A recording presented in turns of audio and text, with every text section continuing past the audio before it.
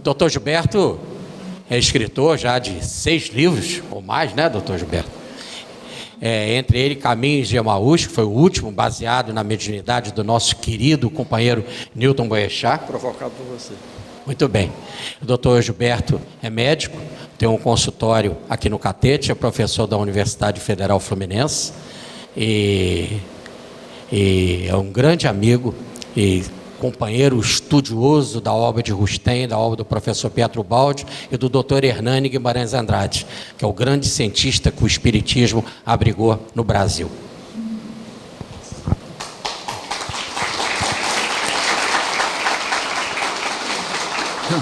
Meus amigos, inicialmente, que a paz de Jesus esteja conosco. É uma alegria muito grande nós estarmos aqui com os nossos companheiros do Regeneração e também de outras instituições espíritas, amigos nossos, nós temos a grande alegria de rever.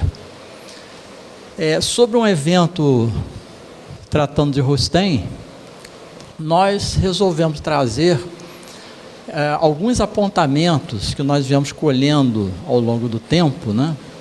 Especificamente enfocando na obra de Rustem alguma coisa sobre a medicina, porque o Jorge já falou fatos assim bastante pertinentes sobre a obra de Rustem, a importância da obra de Rustem, e nós, quando vamos buscar na obra de Rustem alguma coisa sobre a medicina, nós verificamos como a obra de Rustem também é rica dentro desse aspecto.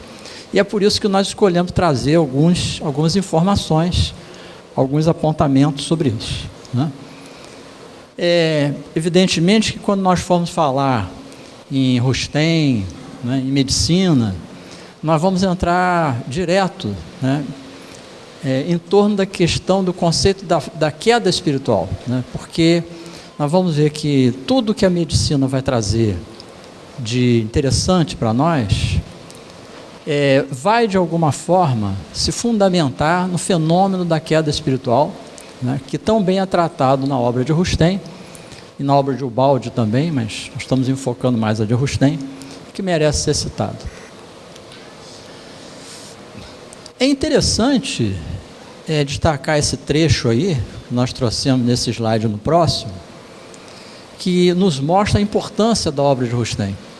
Eu até estou me lembrando que há uma questão de uns 6 meses atrás, num almoço com alguns amigos espíritas, as pessoas estranhavam muito por que eu era interessado na obra de Rustem e me considero um adepto de Rustem. E eu disse assim, bem, mas isso está claro na literatura espírita de maior qualidade. Vamos dar um exemplo pequeno aqui. Vamos lá no Brasil, Coração do Mundo, Pátria do Evangelho, vamos ver o que no capítulo sobre Bezerra de Menezes, o autor Humberto de Campos escreve sobre o Rustem. Então nós vemos ali. Foi assim que Allan Kardec, a 3 de outubro de 1804, via a luz da atmosfera terrestre na cidade de Lyon.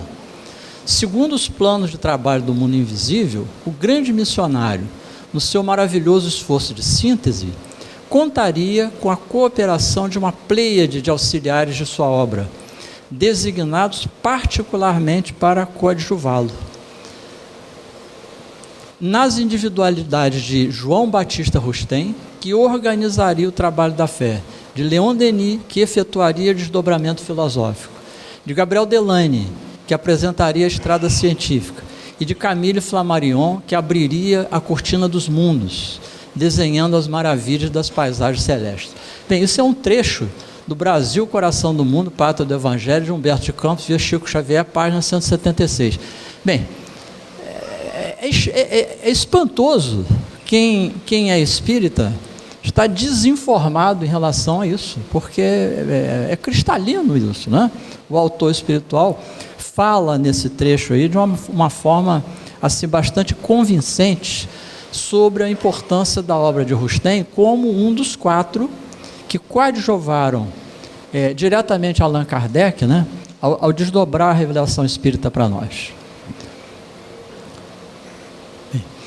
Não fosse isso, há uma outra obra também que eu recomendo aos nossos companheiros, que se trata do livro Testemunhos de Chico Xavier, que é um livro que organiza a correspondência entre Chico Xavier e o Dr. Antônio Vantuil de Freitas, ex-presidente da FEB, em cujo mandato, né, foram publicadas inúmeras obras do Chico Xavier pela Federação Espírita Brasileira. Esse volume, que de alguma maneira reúne a correspondência entre o Chico Xavier e o Dr. Vantuil de Freitas, tem vários momentos em que o Chico Xavier fala abertamente, recomenda abertamente, fala com grande simpatia e apoio do desejo dele de estudar, de acreditar, de ser um adepto realmente de Rustem para o Dr. Vantuil de Freitas. E eu quero destacar principalmente esse capítulo, uma carta que está num capítulo de 25 de março de 1947, onde o Chico Xavier fala para o Dr. Vantuil de Freitas claramente sobre a importância que ele dá à obra de Rustem. E esse livro foi coordenado pela Sueli Caldas Schubert, pessoa altamente conhecida, né, dentro do movimento espírita. Então, eu estou trazendo aqui apenas 2 instantes da literatura espírita mais confiável, mais aceita, mais divulgada, mais estudada, que mostram para nós o papel importante de Rustem dentro da divulgação do Espiritismo, em especial com relação à parte evangélica. Nós não podíamos deixar aqui de fazer uma homenagem singela, mas de coração, nossa, ao nosso grupo, ao qual nós já pertencemos há 40 anos, porque agora em maio nós fizemos exatamente 40 anos de trabalhos espirituais, de estudo, de trabalhos práticos, né? O nosso grupo dos 8 do Newton Boechat, que já teve, né, a colaboração do Newton Boechat, que foi fundador, do Luciano dos Anjos, que foi um grande estudioso da obra de Rustem, do Abelardo Magalhães, que foi vice-presidente da Federação Espírita Brasileira, também estudioso de Rustem. E lá no nosso grupo dos 8 Newton Boechat, ao longo desses anos, nós tivemos a oportunidade de aprender muita coisa e estudar muito Rustem e também Pietro Baldi, porque nós estudávamos frequentemente Rustem e Pietro Baldi. A doutora Leda Rocha, ex-presidente da Regeneração, era um dos componentes desse nosso grupo, e na residência dela, durante muitos anos, nós funcionamos estudando e realizando trabalhos espirituais, sem nos esquecermos aqui também do Dr. Roberto Silveira, figura ilustre e querida da casa, que foi um dos participantes assim mais destacados do nosso grupo, que nós fazemos aí uma singela homenagem nesta ocasião. Quando me perguntam o que na sua opinião, você destacaria, né, sobre a obra de Rustem, confere importância à obra de Rustem, eu tiro 3 pontos aí que considero fundamentais, que Rustem aborda de uma maneira lapidar. Primeiro, a explicação dos fenômenos, curas, milagres, relatados nos textos evangélicos, de uma maneira racional, de uma maneira muito lógica, muito compreensível. Então, isso é uma das virtudes da obra de Rustem que nós devemos sempre de comemorar, né?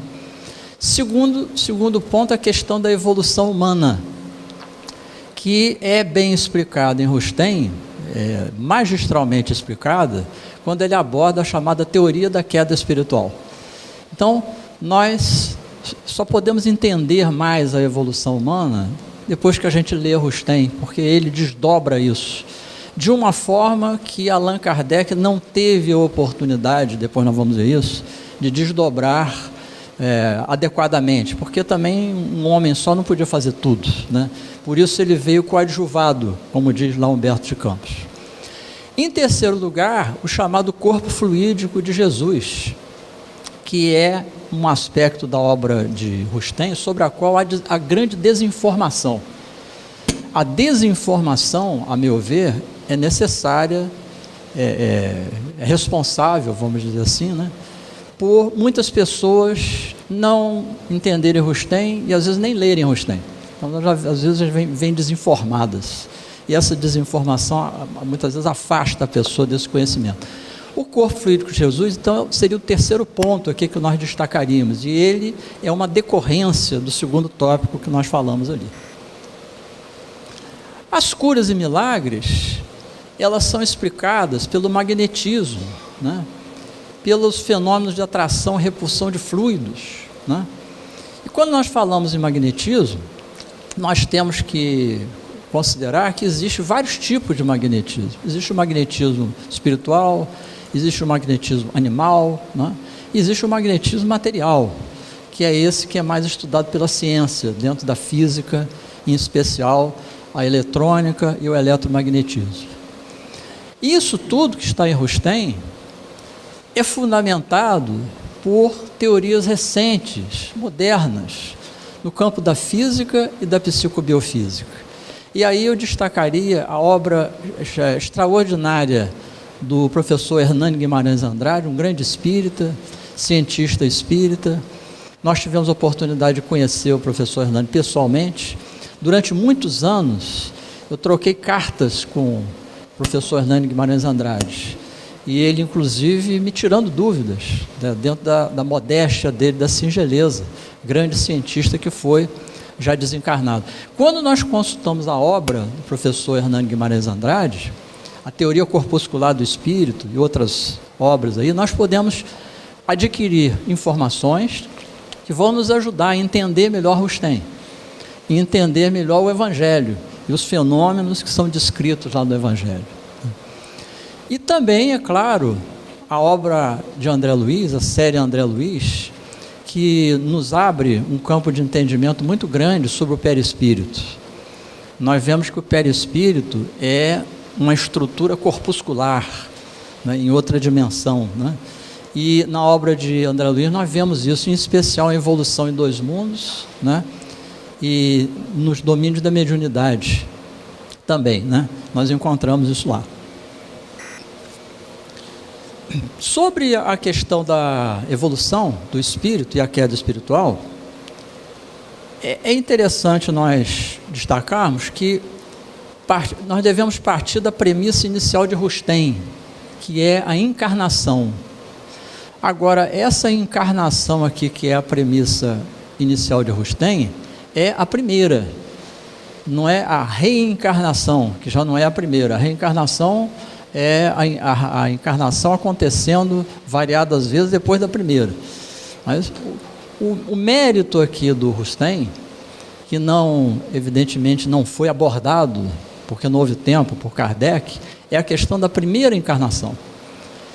E Rustem nos ensina que essa primeira encarnação, ela não é uma necessidade, ela é um castigo, porque antes dessa primeira encarnação, se quisesse, o espírito poderia evoluir no plano espiritual, sem se encarnar. Como o espírito fez uma opção e não quis, ele então sofre a primeira encarnação, que é o ponto lá, lapidar inicial, que é tocado por Rustem, né? Rustem nos ensina que cada átomo material tem uma essência espiritual, né? E isso está de acordo lá com Kardec, na pergunta 540, né? Ele fala sobre a evolução do átomo até o arcanjo, que começou por ser átomo, está lá, né? Então, nós vemos isso lá. Ele mostra que essa essência evolui na natureza, ele atravessa os diferentes reinos, né? Mineral, vegetal, até chegar ao mundo ad hoc, onde adquire consciência, razão, vontade, livre-arbítrio, responsabilidade, o perispírito, e aí é que ele está na situação de simples ignorante. Então aí é que há a confusão, que quando Kardec pergunta lá aos espíritos, como é que os espíritos foram criados? Foram criados simples e ignorantes. Não, simples e ignorante foi criado ali, quando o princípio espiritual recebeu o perispírito e se tornou um espírito com essas características. Então é isso que Kardec se referia. Não há antagonismo entre o que o Kardec fala e o que o Rustem fala, né? Como muita gente confunde. Então, isso acontece.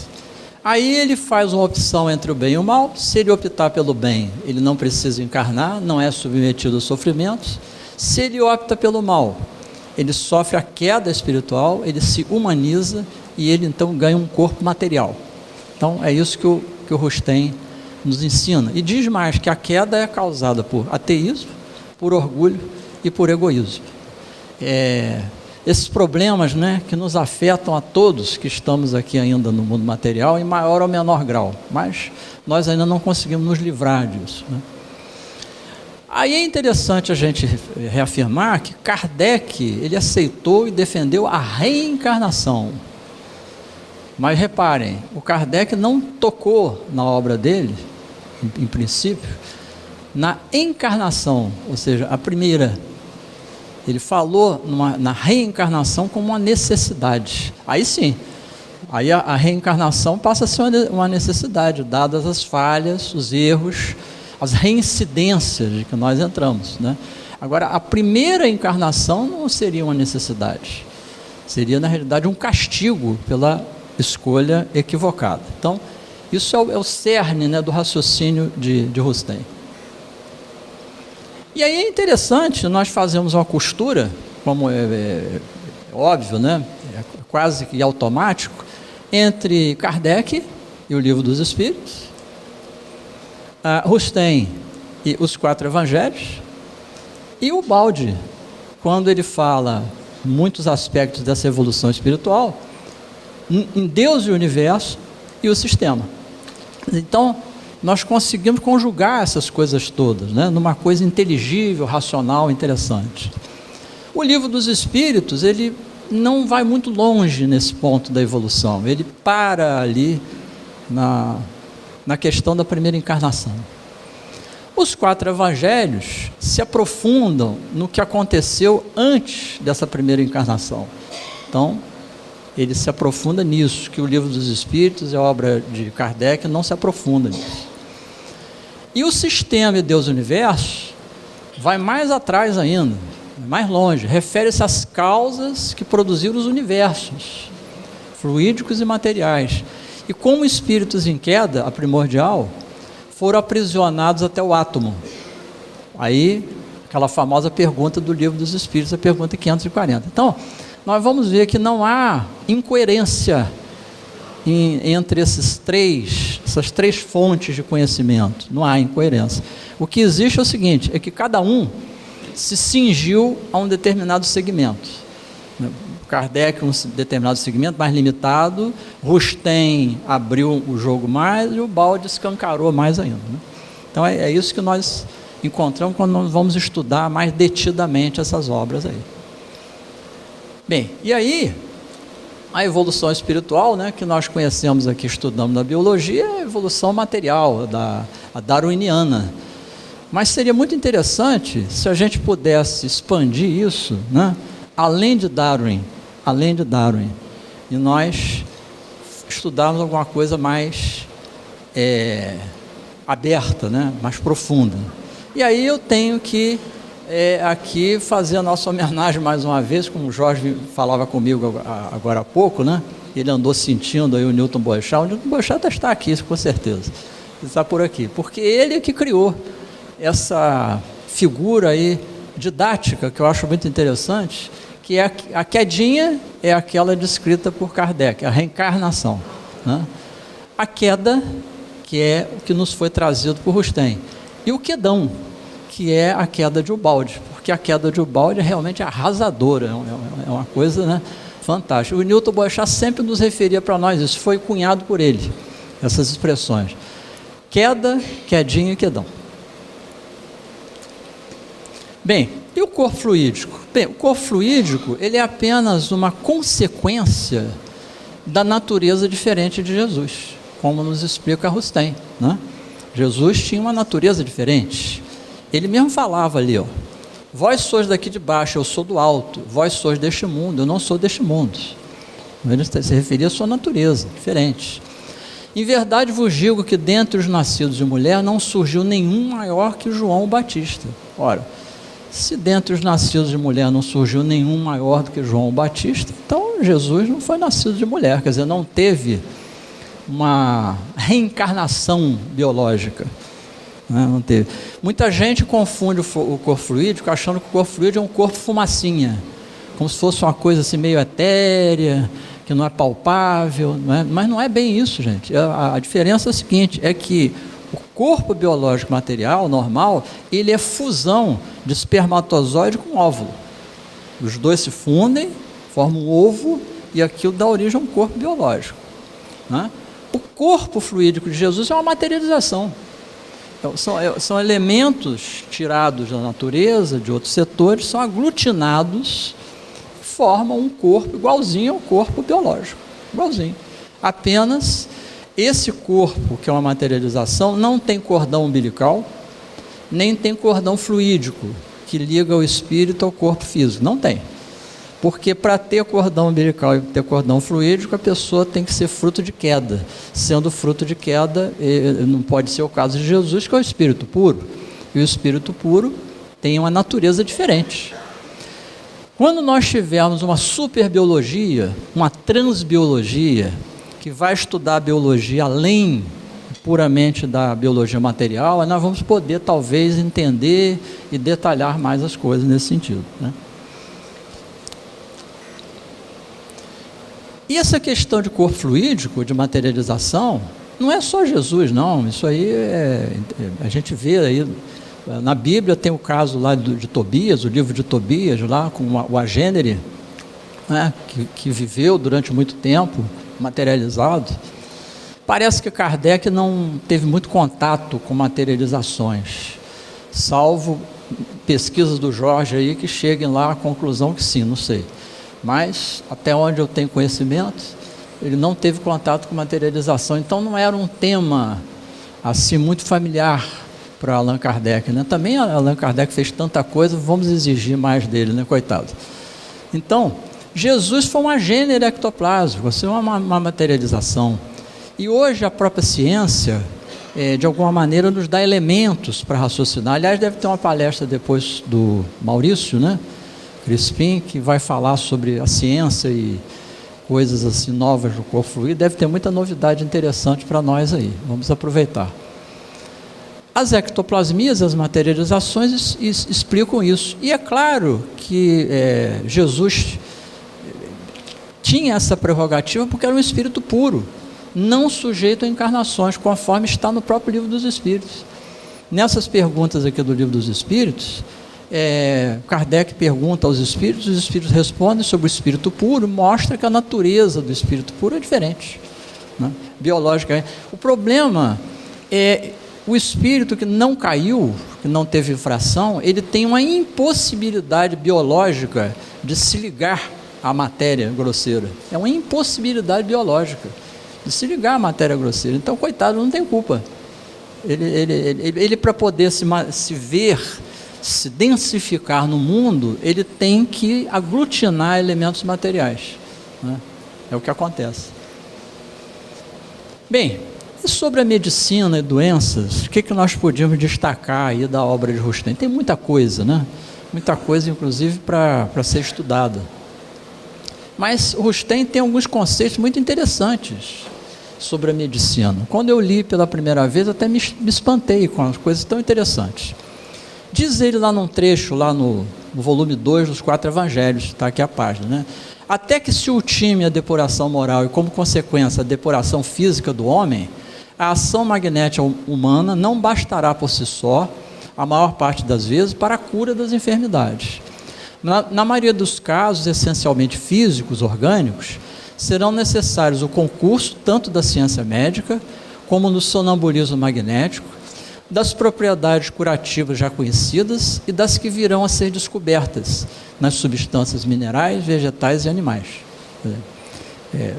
O Rustem, ele abre um leque, né, de possibilidades para a medicina. Ele não advoga, vamos dizer assim, um único sistema médico para enfrentar as doenças. Ele lança a mão de vários recursos que nós vamos ver que se encontram em diferentes sistemas e racionalidades médicas. A gente vê isso. Então ele continua lá, a medicina não deve ser um sistema, e sim um meio de restabelecer a harmonia das forças vitais quando perturbadas. E os homens, quaisquer que sejam, que se consagram ao tratamento físico da humanidade, devem entregar-se a estudos teóricos e experimentais, lançando mão de todos os meios, Olha que interessante, ele inclusive estimula a ciência médica a buscar continuamente, né, novos elementos que possam contribuir para a cura, independentemente de que sistema esses conhecimentos médicos pertençam, né? Todos os sistemas médicos terão de se unir para formar um único. O princípio dos contrários, os princípios dos semelhantes, aí a homeopatia, que trabalha com o princípio dos semelhantes. O magnetismo humano e o sonambulismo magnético são do domínio das leis da natureza. Ainda no volume 2, na página 80. Né? Então, ele valoriza esses diferentes sistemas que nós temos aí, colocando esses sistemas não como opositores, mas trazendo todos eles com o mesmo objetivo, que é o objetivo da cura, do tratamento. Essa é a postura do Rustem, né? E ele, com relação às causas das enfermidades, ele fala bem lá, né? Remonte o homem à origem do mal, sobretudo procure sempre a causa moral em todas as dores físicas, dores orgânicas, bem entendido. Então ele diz que por trás de várias doenças, inclusive doenças que se manifestam mais fisicamente, existiria sempre uma razão moral, uma razão ética, que aliás é o que nós lemos quando nós estudamos a doutrina espírita, né? A doutrina espírita nos ensina isso. A melhor vacina que existe contra as enfermidades é o indivíduo trabalhar pela sua integridade moral e o seu justo proceder. Essa é a melhor vacina que existe, né, com relação às enfermidades. E que tem ainda origem no espírito, a maioria das doenças. Aquele que quebra um braço não pode acusar nenhuma dor secreta ou maus pendores. Porém, nos inúmeros males que afligem a humanidade, pesquisai bem o fundo dos corações e das consciências, e encontrareis a raiz dessa árvore que se estende por todos os membros. O coração ou a alma sempre estão atacados. Daí a perturbação do sistema nervoso, fonte de todas as enfermidades, de todos os sofrimentos. Perscrutai os antecedentes de quem sofre e muitas vezes descobrireis o peso oculto de uma ação, um acontecimento que interessou a saúde, viciando o sangue que devia circular puro nas veias. Ora, isso aqui que eu li, que está em Rustem, é a base da medicina psicossomática.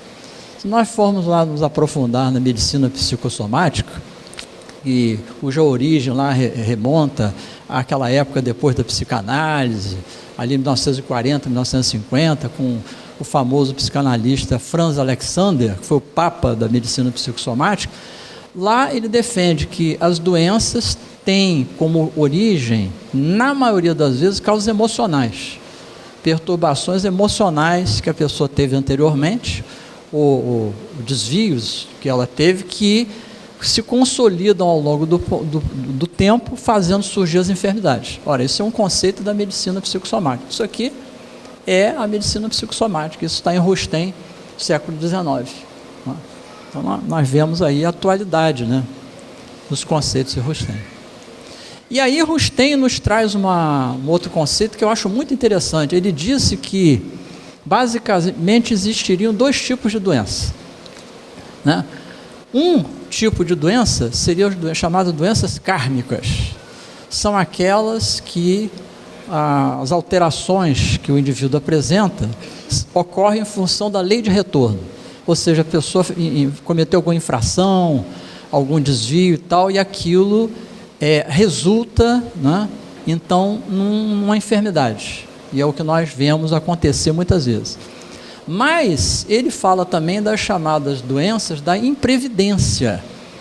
Que doenças seriam essas? São aquelas que a doença resulta de um descuido da pessoa. Por exemplo, se o sujeito sabe, por exemplo, que fumar dá câncer de pulmão, e ele sabendo disso, ele continua a fumar, e amanhã ele tiver um câncer de pulmão, aí a doença não é kármica, não. A doença é porque ele tem imprevidência, ele sabia que podia dar câncer de pulmão se ele fumasse, mas ele quis assim mesmo fumar, e continua fumando e vai por aí. Então nós temos vários casos de doenças que o Rustem chama da imprevidência, que são doenças que decorrem do nosso livre-arbítrio mal utilizado. E aí não é kármico.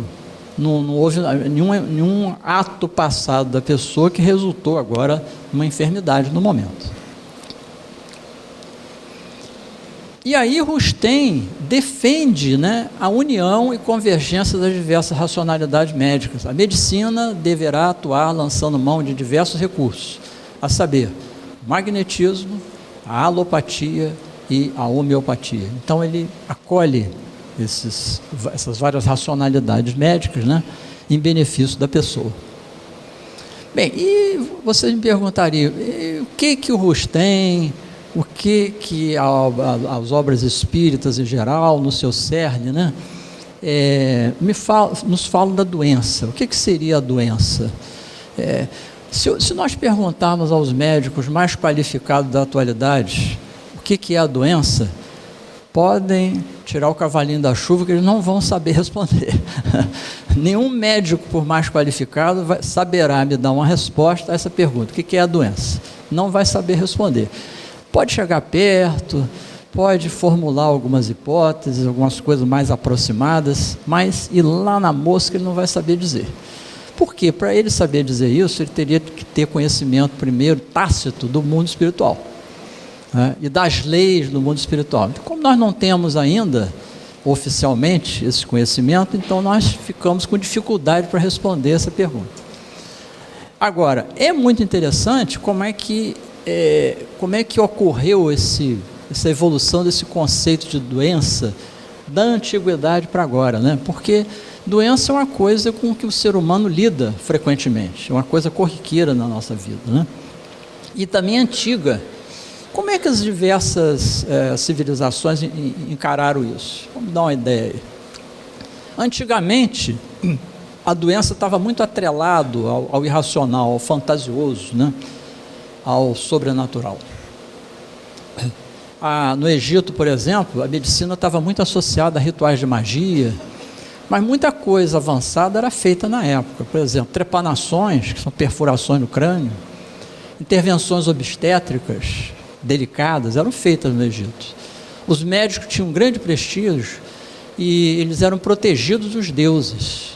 A proteção essa que só tinha o faraó na época. Então era uma coisa, uma casta muito privilegiada e que funcionava de uma maneira sacerdotal. Era muito comum os sacerdotes médicos do Egito. Usavam com frequência a hipnose.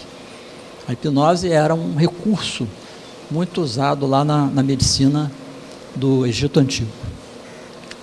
Aí nós temos alguns papiros que mostram a atividade médica lá no Egito, né? Aí alguns tipos de cirurgiões ali, uma circuncisão e outros tipos de cirurgia realizados na época no Egito Antigo, né? Bem, a Grécia nos trouxe um avanço grande em relação à compreensão da doença. O nosso grande Hipócrates, considerado o pai da medicina, ele foi o primeiro a mostrar que a doença tinha causas naturais. Então, o grande feito de Hipócrates foi isso, foi mostrar as causas naturais levando à doença. O Dr. Hermínio Miranda, quem nós tínhamos uma grande amizade, conversamos sobre isso durante muitas vezes, tinha uma tese que eu acho muito interessante, de que um mesmo espírito teria sido Hipócrates, Paracelso, que foi um grande médico suíço e precursor da homeopatia, e Hahnemann, que foi o criador da homeopatia. Eu conversei com ele algumas vezes e ele defendia essa tese. Chegou até a publicar um livro, né, onde ele defendia. Eu acho que é alguma coisa coerente isso, né? Então, o Hipócrates nos trouxe essa afirmação, né? Agora, os conceitos hipocráticos, eles de alguma maneira ainda eram um pouco confusos, né? Então ele, por exemplo, acreditava numa doutrina chamada doutrina dos 4 humores, seriam os 4 temperamentos: o fleumático, o sanguíneo, colérico e o melancólico. Então, o corpo teria 4 tipos de fluidos, e dependendo da mistura desses fluidos, a pessoa tenderia a ter uma doença, outras tenderiam a ter outras doenças. Então, isso era um conceito hipocrático que, com a pesquisa atual, isso não chegou a se confirmar. Isso aí, o Hipócrates morava na ilha de Kos, na Grécia, né? E fundou uma escola de medicina lá, que era a mais famosa da época. E há uma árvore lá na ilha de Kos, que os gregos dizem que essa árvore é ainda da época do Hipócrates.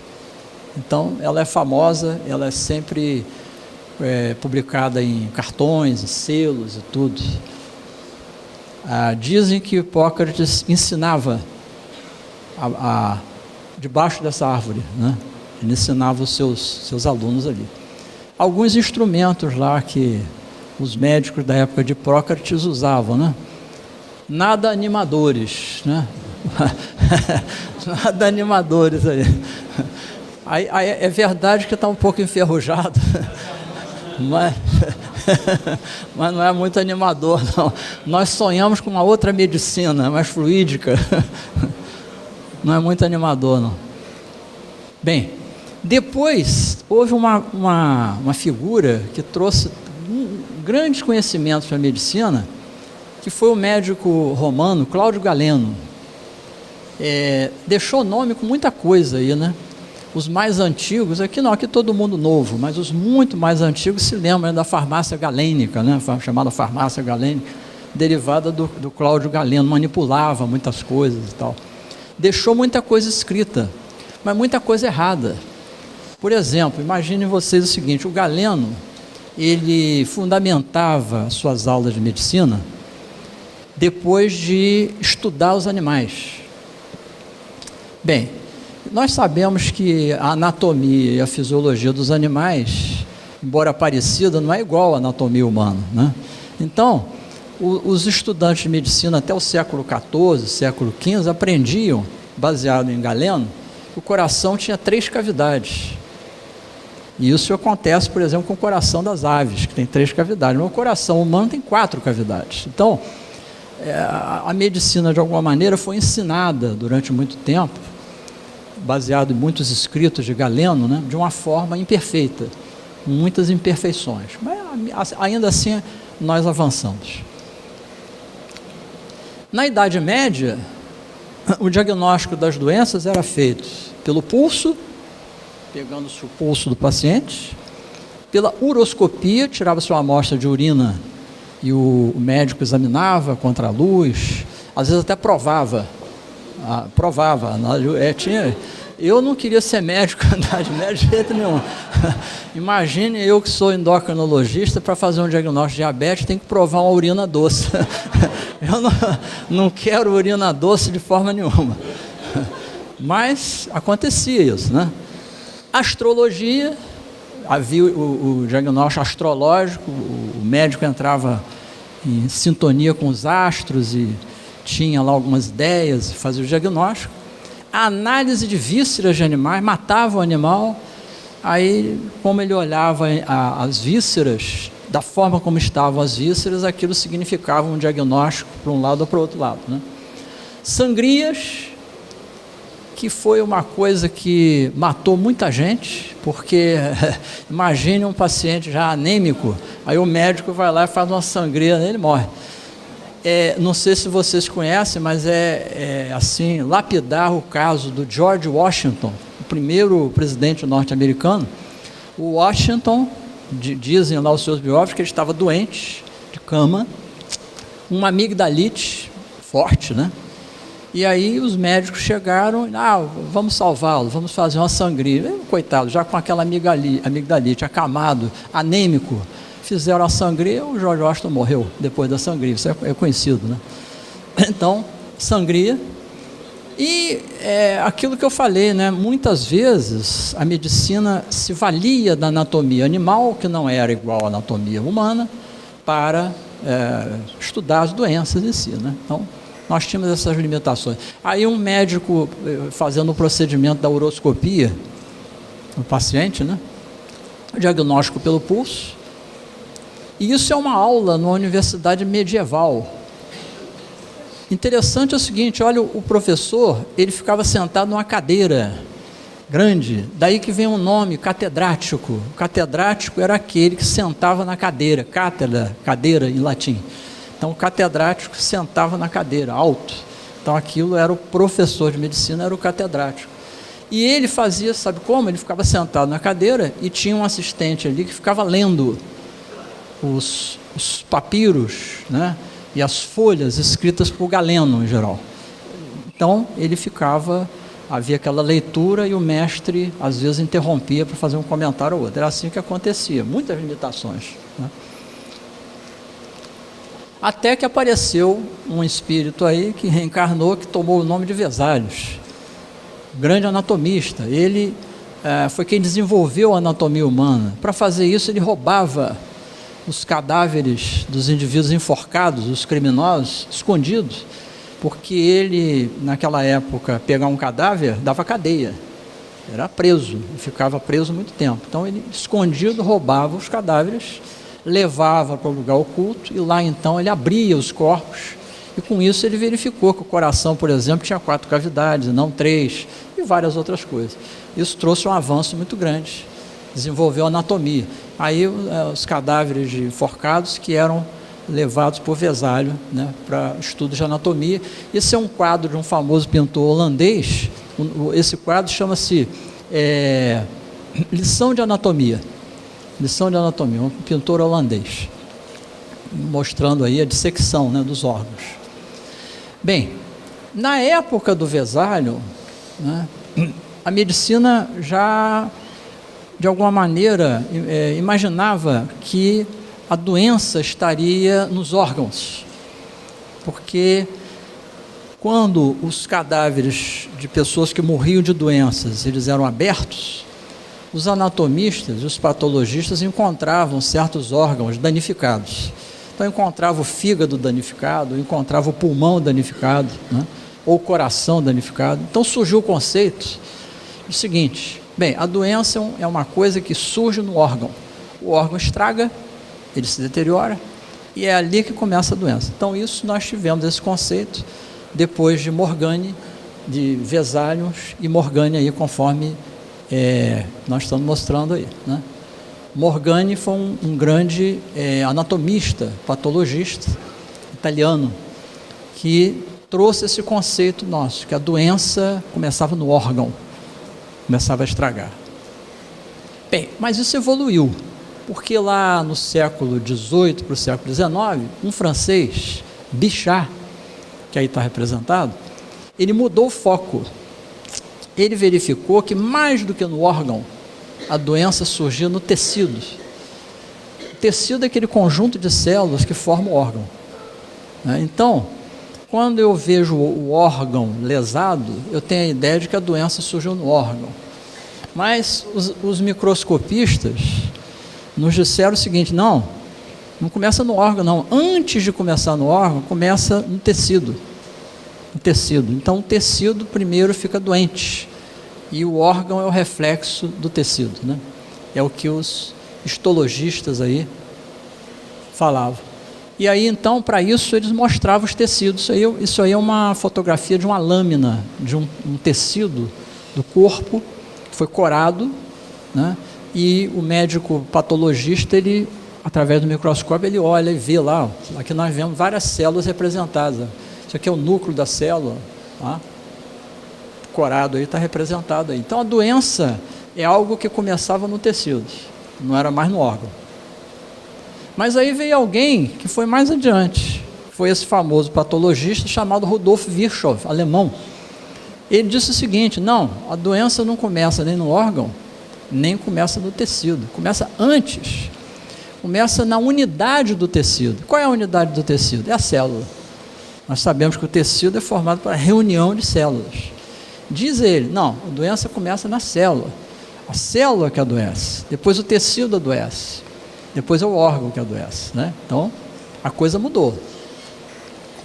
Aí nós temos a representação de uma célula, né, e as organelas da célula, aquelas estruturas que existem lá dentro da célula e fazem ela funcionar, né?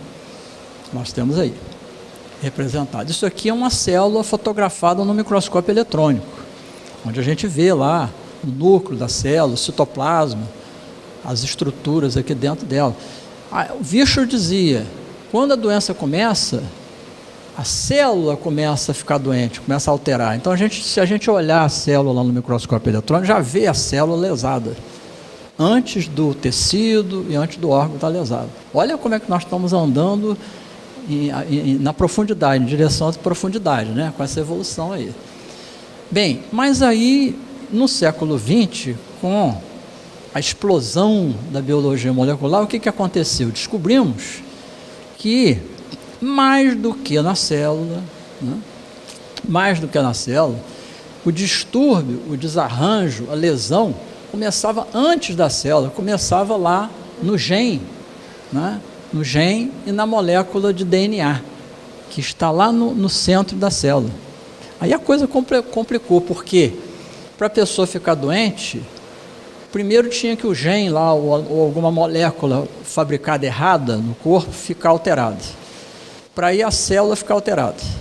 A célula ficando alterada, o tecido fica alterado. O tecido ficando alterado, o órgão fica alterado. Aí nós temos uma lesão, né?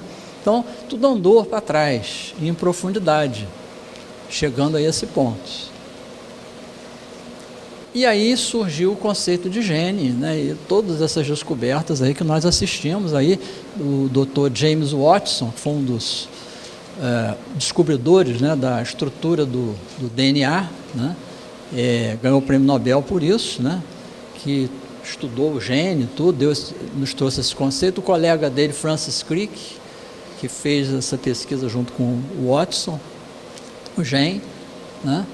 E aí o estudo do gene, das moléculas e tudo, ocasionou um grande desenvolvimento da alopatia, né? Que é um sistema médico que usa substâncias químicas palpáveis, pesadas, químicas, que atuam, né, no metabolismo, atuam nas reações químicas materiais, né?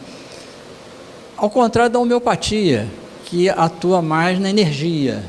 A homeopatia atua mais na energia, atua mais próximo ao perispírito, atua mais naquela junção ali, né? Então são sistemas diferentes. Mas vejam, o Rustem não desdenha de nada. Diz ele lá no início, devemos lançar a mão de tudo que for possível para obter a cura da pessoa, que ele fala lá. E aí a pergunta vem, inevitável, que é aquilo, né? E além do gene? E além do gene? Será que a causa da doença, na realidade, não estaria no gene? Está antes do gene? Antes do gene? O que é o antes do gene? Ora, o antes do gene, para nós, espíritas, o que é? É isso aqui, ó. É o psiquismo. É aquilo que para nós está antes do gene. Né? Porque nós aprendemos que o corpo físico é uma forma, que é moldado por uma forma. Então, há uma forma que molda a forma, né? Há um perispírito que molda um corpo. Se há um perispírito que é etéreo, que é eletrônico, que é energético, que não é propriamente material, é de se imaginar que a doença apareça por lá. Como diz Rustem, inclusive. Aparece por lá, depois que aparece por lá, altera o gene, depois que altera o gene, altera a célula, depois que altera a célula, altera o tecido, depois que altera o tecido, altera o órgão. Aí nós vemos os órgãos lesados. Mas até o órgão ficar lesado, tem todo esse trajeto que nós desconhecemos ainda. Nós estamos vendo isso às apalpadelas. Uma vez eu conversando com um espírita muito estudioso, ficou muito conhecido no meio espírita, o Dr. César Bornier, o Jorge e a Regina conheceram muito o César Bornier, convivemos muito. O César Bornier, certo dia, virou para mim e disse assim: Gilberto, olha, com tudo isso que nós lemos aí, nós estudamos, nós nos esforçamos, nós ainda estamos vendo o mundo espiritual como se a gente estivesse olhando pelo buraco da fechadura. Nós vemos muito pouco. Alguma coisa nós sabemos, mas nós desconhecemos muito mais do que aquilo que nós sabemos. Nós desconhecemos muito mais, né? Então, com certeza, nós esclarecermos exatamente o que é a doença, tem lá uma resposta, mas nós ainda não estamos lá, muito em cima da resposta, não. Nós estamos andando para lá, nós estamos andando em direção ao psiquismo. Tá? Bem, aí nos diz Rustem, tudo deve ser aproveitado, né? A homeopatia, a medicina tradicional chinesa, que tem aí 5.000, 6.000 anos, deve ter algum fundo de verdade, alguma coisa faz lá. A medicina holística e outras, que devem contribuir para nós avançarmos. A homeopatia, né, teve um precursor, que foi o Paracelso, um médico suíço, fundou a iatroquímica. Ele começou a usar substâncias químicas com finalidade de cura, né? Bem, o doutor Hermínio, por exemplo, sempre defendeu que o Paracelso depois reencarnou como Hahnemann. Aliás, tem uma comunicação na obra de Kardec, uma comunicação de Hahnemann, que fez parte da equipe de espíritos da codificação, né? Em que ele assina como Hahnemann, autrefois Paracelso. Hahnemann, de outra vez, Paracelso. Quer dizer, ele mesmo se identifica ali como o Paracelso. Pode ter sido Hipócrates também, não sei. É uma hipótese, mas pode ter sido. Mas o Paracelso foi o precursor da homeopatia. Voltou depois como Hahnemann e trouxe a homeopatia. Aí o nosso Hahnemann, né, que trouxe a homeopatia, é um sistema médico fantástico, né, que nos ajuda muito. E aí, a gente até pergunta, existe medicina holística ou integral? Eu acho que não, eu acho que a medicina é uma coisa só. Quando o médico vai atuar, ele deve se esforçar por lançar a mão de tudo que ele pode saber, o que outros até podem trazer para ajudar, para beneficiar a pessoa. A solução de um caso X pode ser pela homeopatia, a solução de um outro caso pode ser pela alopatia, a solução de um outro terceiro caso pode ser a cirurgia, embora a gente não queira, fica apavorado, mas às vezes é a cirurgia a solução, né? Então, é isso que acontece, em geral, com a medicina. A homeopatia, a medicina chinesa, né? É fantástico como é que os chineses têm uma sabedoria de conhecer aqueles meridianos, né? Já há 5.000, 6.000 anos. E aí, como é que nós podíamos chegar espiritualmente a tentar dar uma resposta àquela pergunta inicial que nós fizemos, né? O que é a doença? O que é a doença, afinal, né? Que é difícil responder.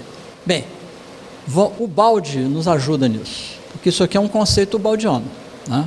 Diz o professor Baldi o seguinte, quando ele trata lá do problema das doenças na obra dele, que a ignorância, o orgulho, a vaidade leva ao erro.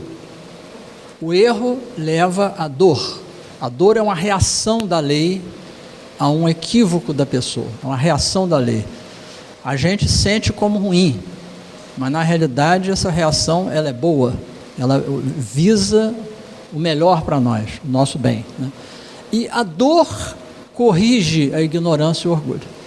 Então, isso é que o Baldi fala, encerra nisso.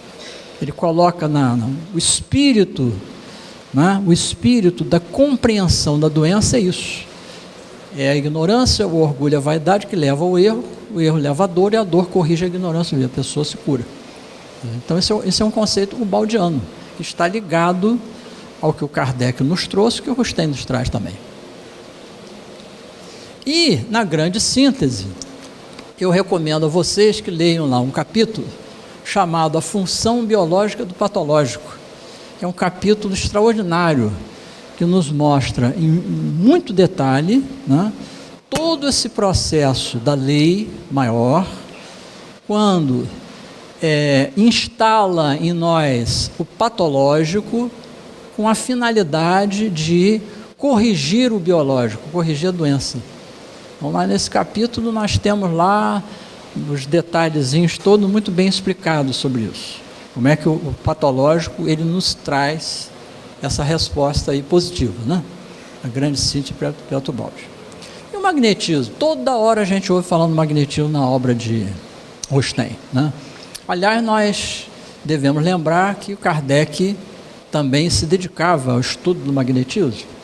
E na época lá do Kardec e do Rostand, o magnetismo era muito usado, inclusive terapeuticamente, né? Então isso está aí na obra, a gente vê toda hora aí. No magnetismo, os primórdios de estudos do magnetismo surgiram com Mesmer. Foi esse médico austríaco, nós temos aí. Ele, não se sabe exatamente como era esse processo, mas parece que era uma espécie de hipnose associado a uma sugestão forte que a pessoa empregava. Evidentemente que as leis dos fluidos têm que ser respeitadas aí. Mas ele curava, conta a história, muitas pessoas. E ele ficou famoso. Muitos doentes eram levados de várias partes da Europa até o Mesmer. E ele promovia sessões de cura, às vezes até usando, como vocês estão vendo aqui, uma mesa que ele dizia energizada magneticamente. E as pessoas ali, muitas se curavam quando tocavam naquele local. Aí tem uma chamada baquet de Mesmer, que era um instrumento que ele inventou, que estaria energizado, e isso ajudaria muito na cura de muitas pessoas. Tem várias interpretações sobre isso, mas a nossa compreensão exata disso ainda não é perfeita.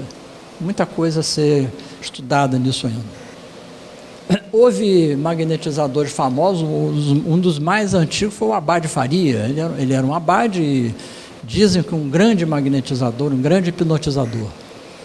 Outro famoso foi o Marquês de Depuizeguir, que está aqui. Foi discípulo de Mesmer, promoveu muitas curas.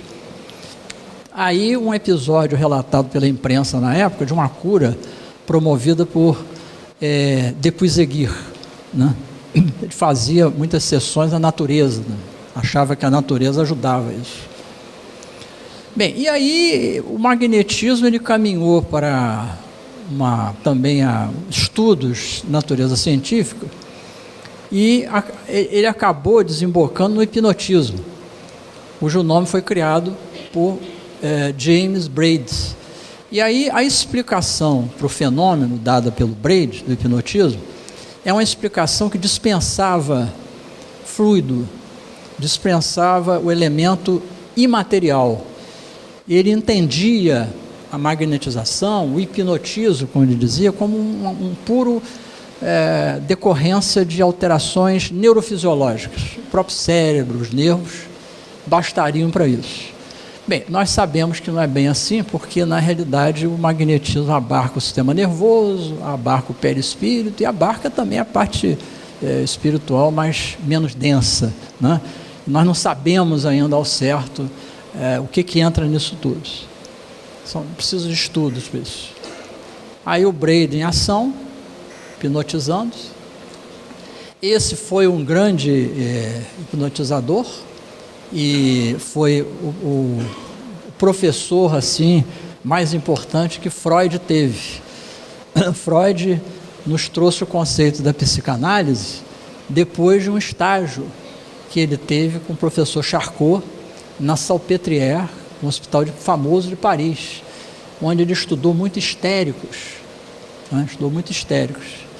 E o Charcot foi quem trouxe assim, informações muito interessantes para o Freud, influenciou o Freud até ele vir a criar a psicanálise. O nosso amigo Charcot, né, na revelação do Newton Boechat, encontra-se encarnado atualmente aqui no Rio de Janeiro. Mas eu não estou autorizado a dizer quem é. Mas sei que vocês... aí numa ida ou num lugar aí qualquer aí, vocês vão se deparar com o nosso Charcot, que está aqui no Rio de Janeiro. Até o momento o Jorge conhece, sabem quem é, mas não fala também não, viu, Jorge? Mas está lá. Eu botei uma chave no livro, no meu livro A Cura pela Água, as orientações do Chico Xavier, o Charcot examinando o Pedro II, quando ele foi a França, lá na Europa. E ficou curado. Isso aí. Aí uma aula de Charcot, muitos dizem que essa pessoa aqui, ó, na primeira fila que assistindo a aula de hoje, seria o Freud. O Charcot ensinando lá no hospital da Salpêtrière. Aí o Freud, né, criou a psicanálise. Bem, e aí depois do Freud teve várias escolas, vocês conhecem isso bem, né? Jung, o Adler, o Reich. O Reich desenvolveu muito o conceito de orgônio. O orgônio é uma coisa assim um conceito muito semelhante lá àquele fluido do Mesmer, que o Mesmer defendia, muito parecido, né? Então a gente vê que os conceitos às vezes vão e voltam. Temos o Alexander da medicina psicossomática, o Stanislav Grof, que desenvolveu muita coisa na psicologia transpessoal, que admite, né, a existência de um ente fora da matéria, né, e outros ainda, contribuições aí para entender a doença. Bem, e o que diz Rostand? Rostand fala isso, né, ele enaltece a todo instante o magnetismo, dizendo que o magnetismo permite, né, a explicação dos fenômenos, as curas e os milagres relatados no texto evangélico. E realmente, sem a explicação do Rostand, fica difícil a gente, cientificamente até, a gente compreender vários fenômenos que estão descritos nas Escrituras, que nós conhecemos bem, né? O Kardec mesmo foi um grande entusiasta do magnetismo. Então, a chave para o entendimento, o magnetismo que promove a atração e a repulsão dos fluidos. O magnetismo seria o agente que tudo influenciaria, sendo ele o resultado da modificação do fluido universal. Haveria o magnetismo animal, espiritual, humano, vegetal e mineral. Aliás, na obra do Dr. Hernani Guimarães Andrade, né, quando ele fala do ectoplasma, ele diz que o ectoplasma se diferencia em vários subtipos. Então, teria o ectoplasma animal, teria o ectoplasma vegetal, que ele chama de ectofitoplasma, e o ectoplasma mineral, ectomineraloplasma. Então, isso dependeria, né, da matéria ali, né, que haveria. O magnetismo também. O magnetismo, a gente pode ter uma ideia, assim, aproximada dele, quando a gente estuda o magnetismo que é abordado pela física, que é o magnetismo mineral. Esse que é estudado pela física, em geral, nós conhecemos. É o terreno dos ímãs, conforme estão aqui, né? A explicação do magnetismo mineral é exatamente o átomo, que está representado aqui, como um magneto. E aí, por que determinados materiais teriam essa propriedade magnética de ser um magneto? São elementos químicos, né, que apresentam uma situação de desemparelhamento dos elétrons. Os elétrons que circulam ao redor do núcleo do átomo, eles geralmente andam em dupla.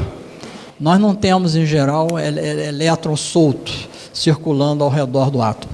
Nós temos os elétrons em pares, 2 a 2. Alguns elementos químicos, curiosamente, fogem a essa regra. Então, em vez de terem todos os seus elétrons em par, eles têm alguns elétrons únicos, né? Único. Então, o elétron não tem o par dele.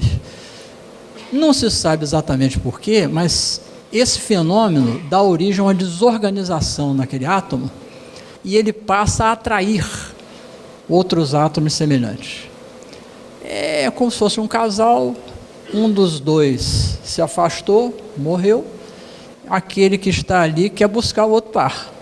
Então, gera uma força para buscar outro par, né? Mais ou menos isso, grosseiramente, né? Então, o fenômeno do magnetismo estaria por trás disso, assim, tentando dar uma explicação mais didática, né?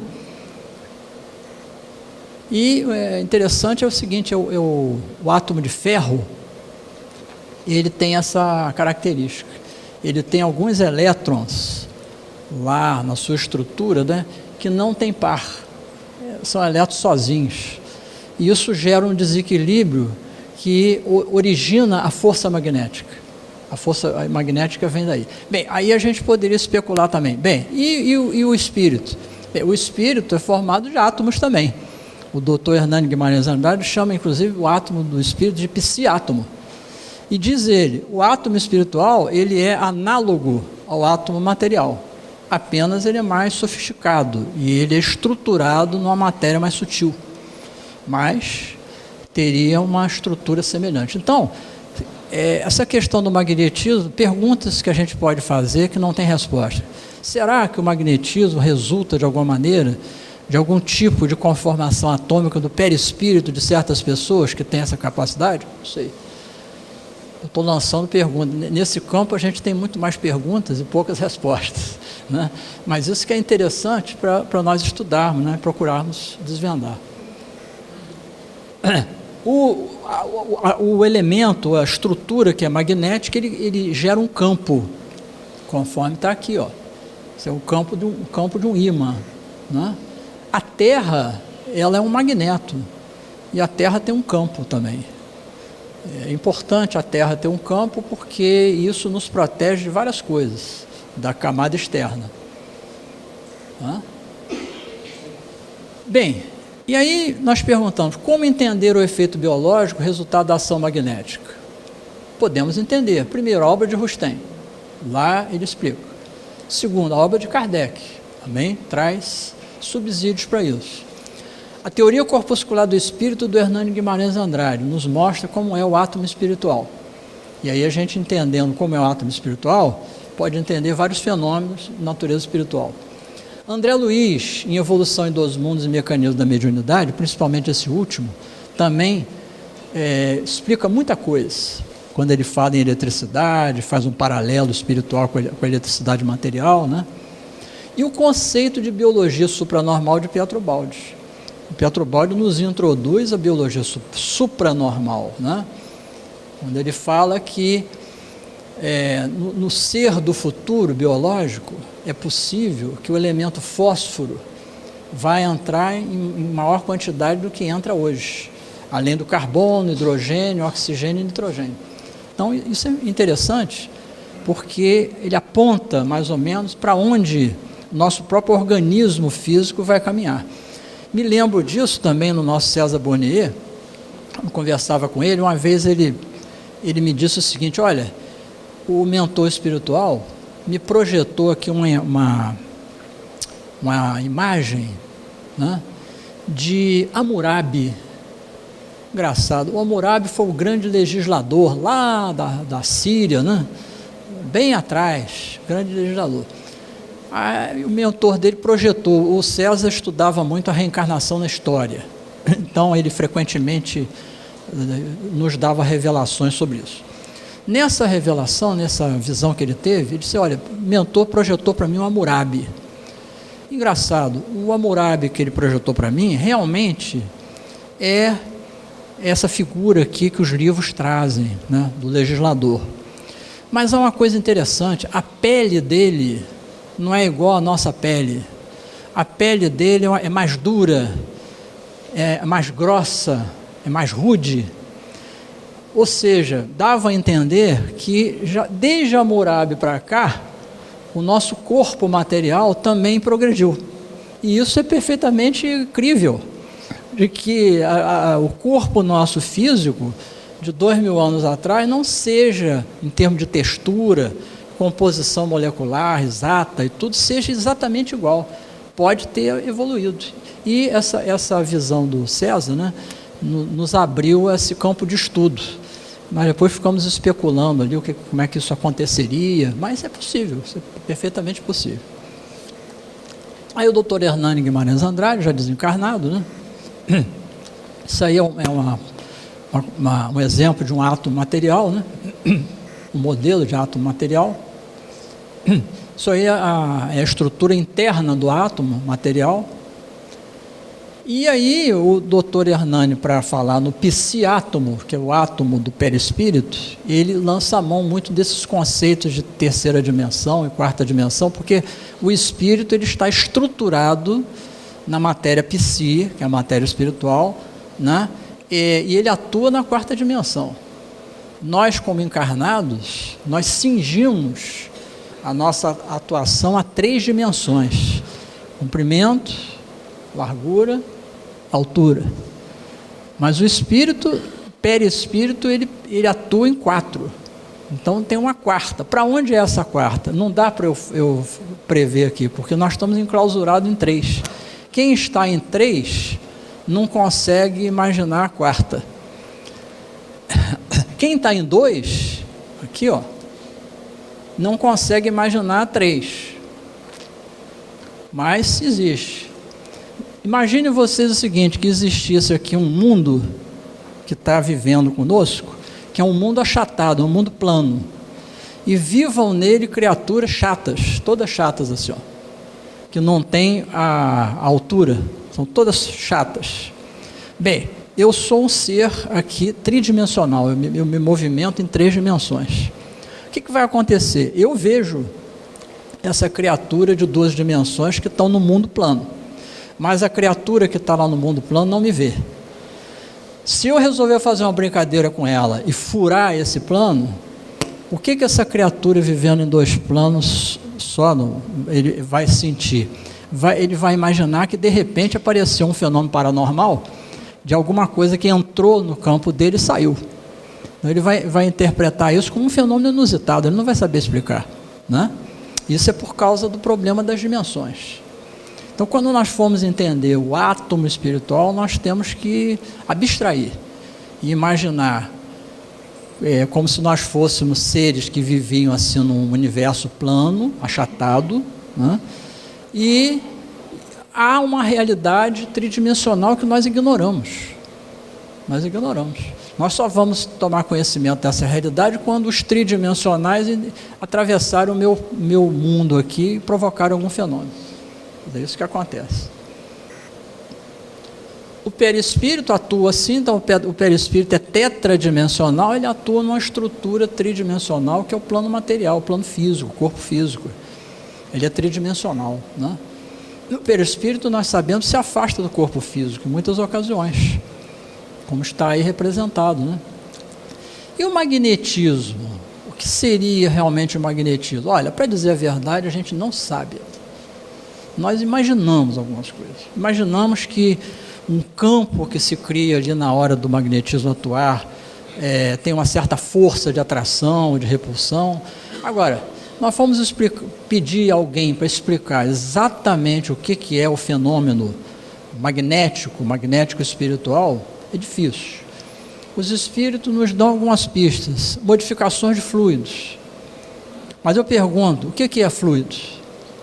Alguém tente me dar uma definição exata, perfeita de fluido. Não tem. Até agora não tem. Tem a palavra fluido usada para designar muita coisa que é englobada naquilo, mas exatamente o que é não tem.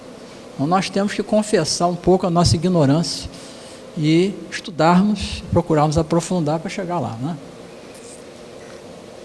Aí o magnetismo, claro, influencia muito no passe, né, que é uma forma de tratamento muito usada por nós, todo mundo, né?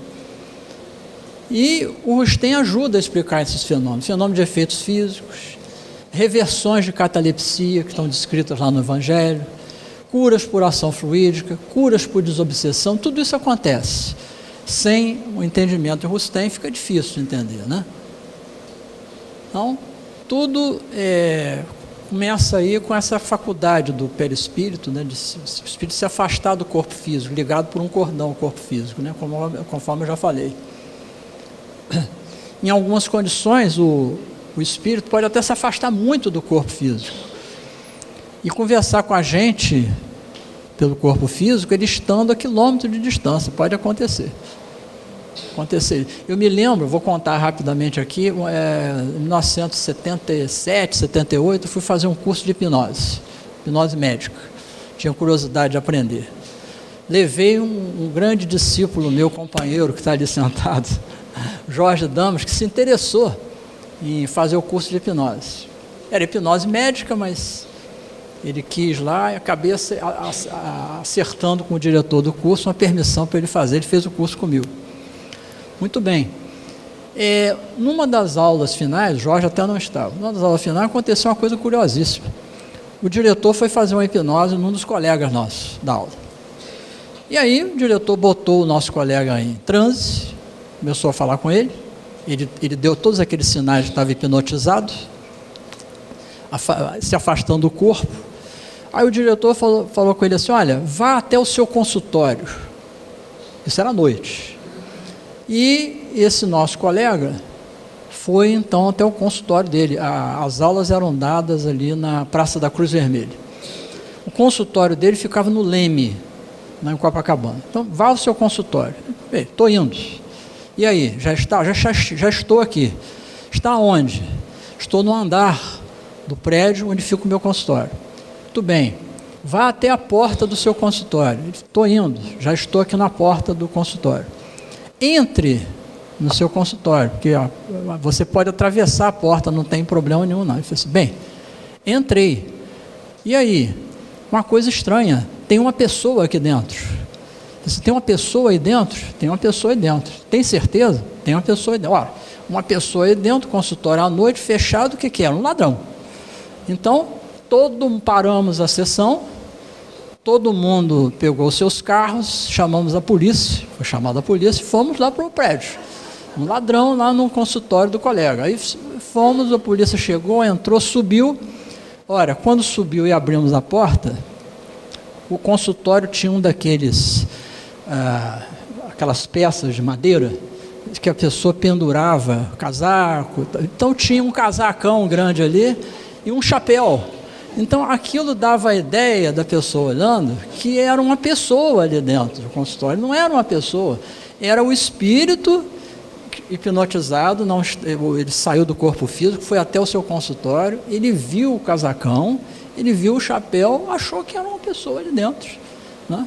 Então, uma prova assim, muito interessante, né? Era um dos diretores, né? O Jorge fez o curso lá, um grande hipnotizador, né? Bem,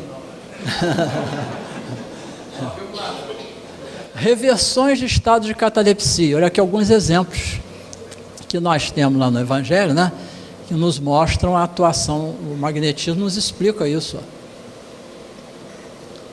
Curas por ação fluídica. Mulher curvada, 18 anos, o leproso, paralisia do servo do centurião, cura da sogra de Pedro, cura do paralítico da piscina de Betesda, cura da hemorroída. Todos exemplos de ação fluídica. Curas por ação fluídica ainda. Os cegos, o possesso, a mão paralítica, o cego de nascença. Curas operadas pelo contato com o veste de Jesus, cura do surdo mudo no Mar da Galileia.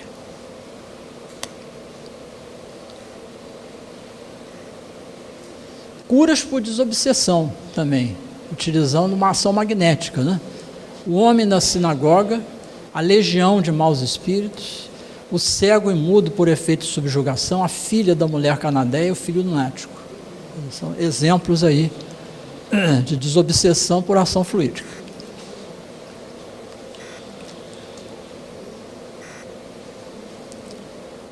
O mecanismo da obsessão a gente conhece, né? Interferência perispírito a perispírito daquele com o médium. Aí tem o esquema que nos mostra isso, né? Como é que funciona. E aí a figura mais notável, né? De todos os tempos da medicina, que está atuando e também atua até hoje, né? Nos convidando a seguirmos o caminho que ele traçou para todos nós. Muita paz a todos.